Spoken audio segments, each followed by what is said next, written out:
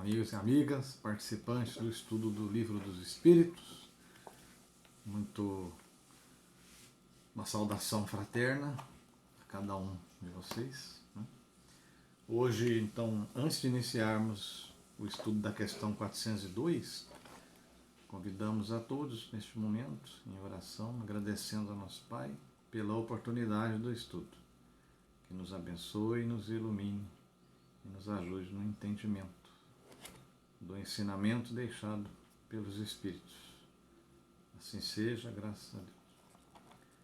Então, no estudo de hoje, está no início do capítulo 8º, né? Emancipação da Alma é o título do capítulo, subtítulo Sono e os Sonhos, na questão 402. A gente vai fazer a leitura com pequenos comentários, que a resposta é um pouco longa, né? Então, a questão 402 foi perguntado por Kardec aos espíritos: como podemos apreciar a liberdade do espírito durante o sono?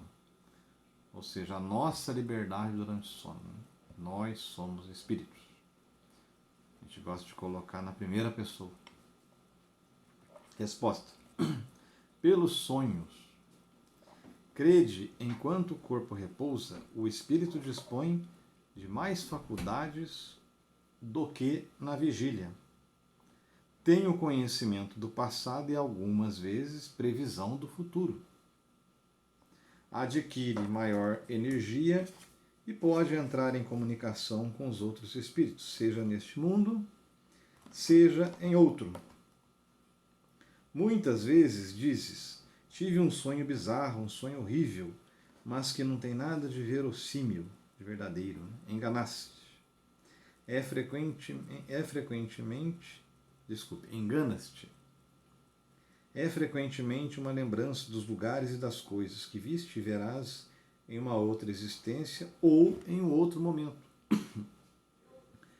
Estando o corpo entorpecido, o espírito esforça-se por quebrar seus grilhões, procurando no passado e no futuro.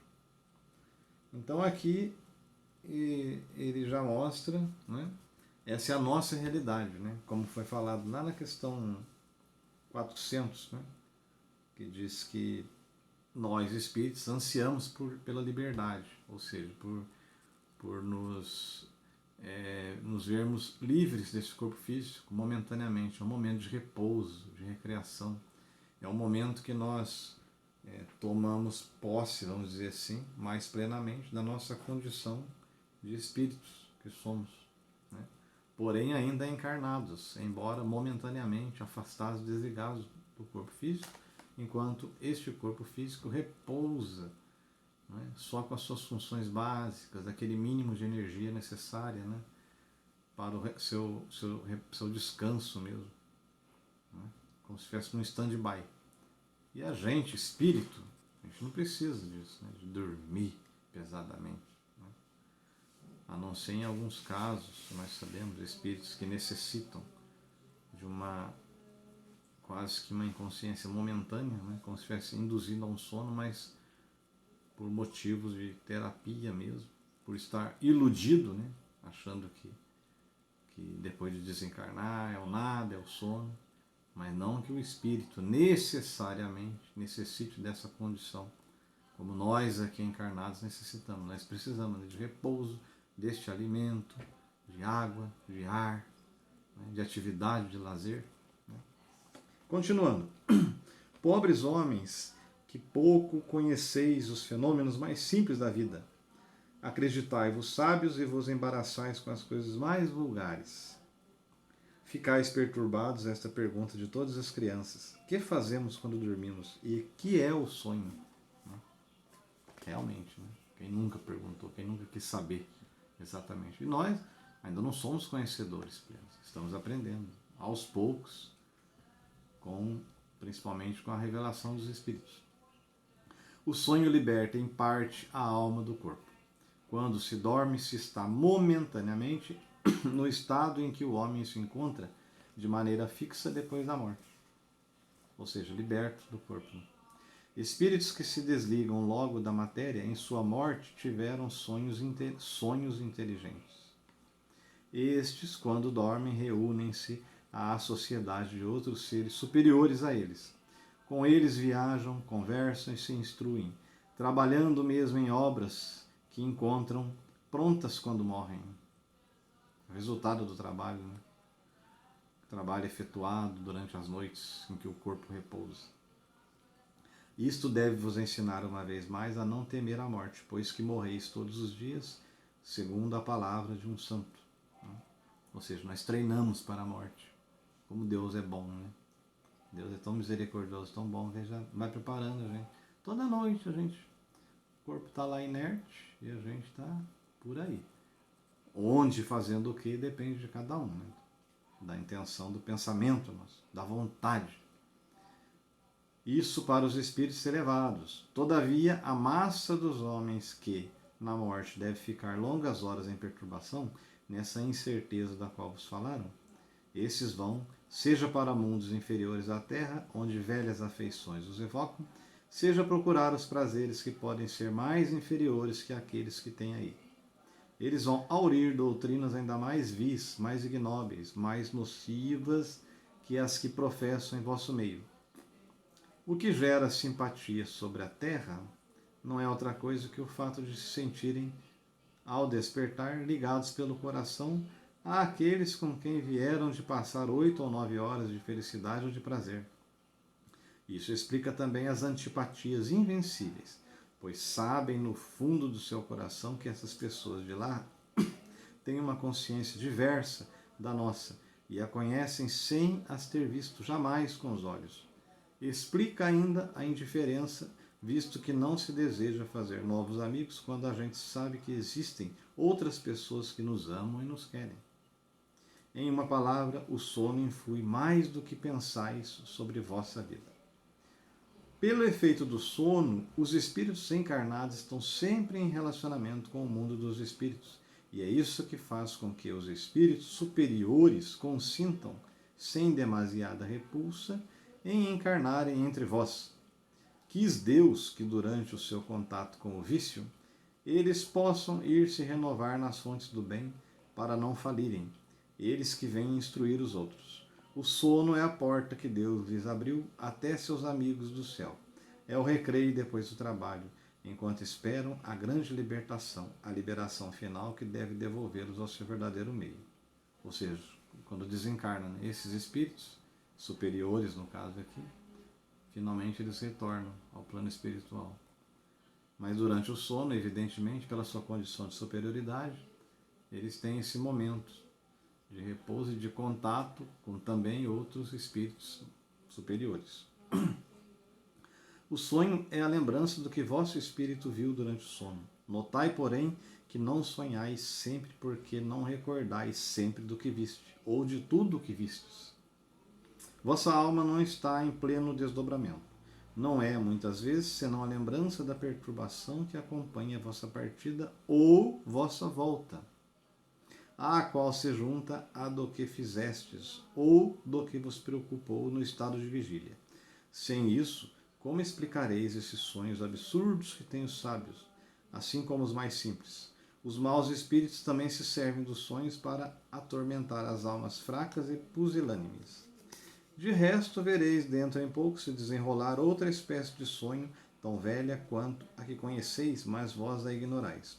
O sonho de Joana, o sonho de Jacó, o sonho dos profetas judeus e de alguns adivinhos indianos. Esse sonho é a lembrança da alma, inteiramente desligada do corpo, a lembrança dessa segunda vida de que sempre vos falo. Procurai distinguir bem essas duas espécies de sonhos naqueles dos quais vos lembrais. Sem isso caireis em contradição e nos erros que serão funestos à vossa fé. Agora vem aqui um comentário, ainda do Livro dos Espíritos, não do Miramês ainda. Os sonhos são o produto da emancipação da alma que se torna mais independente pela suspensão da vida ativa e de relação. Daí uma espécie de clarividência indefinida que se estende aos lugares mais distantes ou que jamais se viu. E, algumas vezes, mesmo a outros mundos, assim como a lembrança que traz à memória os acontecimentos ocorridos na existência presente ou nas existências anteriores.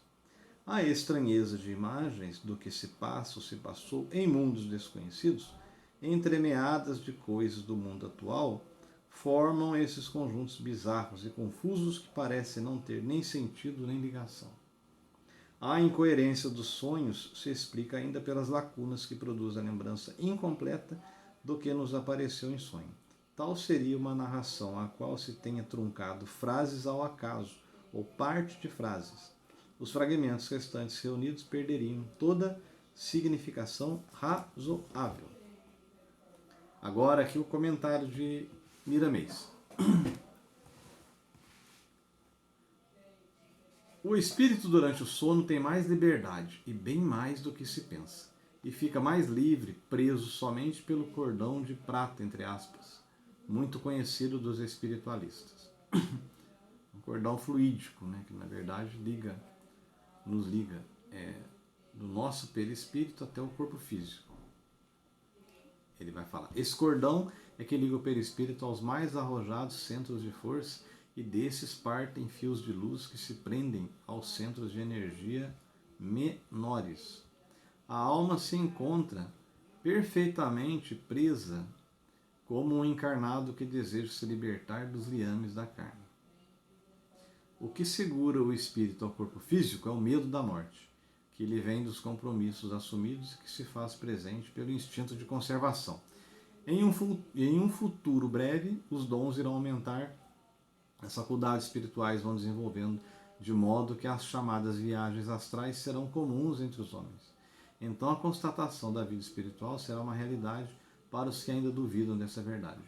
A doutrina dos Espíritos, vivência e revivescência da luz de Nosso Senhor Jesus Cristo, abrirá a escola para a educação dos seus profitentes nesse sentido, de se fazer viagens astrais conscientes. Eis aí a porta da felicidade, como existe em mundos elevados, onde não há discussão sobre a pré-existência da alma, a lei da reencarnação e comunicação dos espíritos, pois cada criatura tem a sua própria comprovação. Alguns espíritos encarnados na Terra estão quase a debutar nesse exercício espiritual, com a assistência dos benfeitores espirituais que lhes vão servir de guias para essa nova jornada de vida cheia de esperança. Na verdade, dizemos que a iniciação deste trabalho vem, desde que existe na Terra, pelas portas do sono. O sono é um desdobramento inconsciente que deixa leves lembranças do ocorrido. Esse mesmo sono evolui de sorte a chegar à viagem astral consciente. Quanto maior a liberdade do espírito, mais as possibilidades vão aumentando. É a força do progresso que levará a alma para posições elevadas, onde ela busca os princípios da felicidade. Compete a cada criatura de Deus o esforço, em todos os sentidos, no estudo sério, no trabalho da caridade honesta e exercitando o amor dentro da sua grandeza sem limites.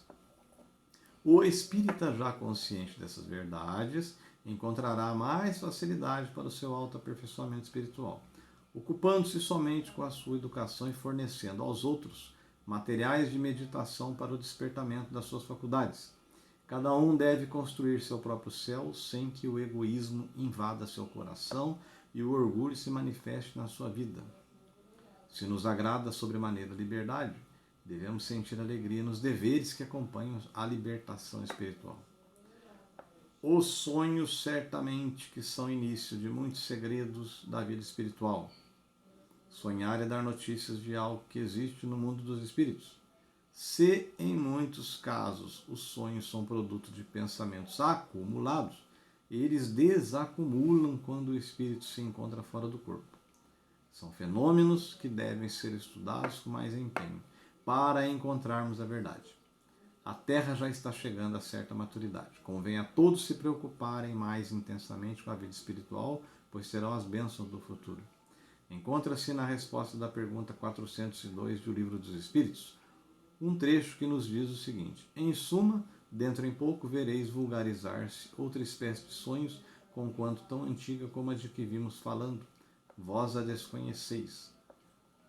Fecha aspas. Vamos meditar sobre isso para chegar à conclusão sobre a viagem astral consciente, de cuja capacidade eram dotados os grandes santos e místicos, sábios e profetas. O espírito mais livre tem maiores possibilidades de ser um viajante consciente do imensurável campo da espiritualidade. Muita paz a todos. Assim sendo, neste momento, em prece, agradecemos ao Pai pela oportunidade do estudo na figura do Mestre Jesus. Deus abençoe. Ótima semana a todos.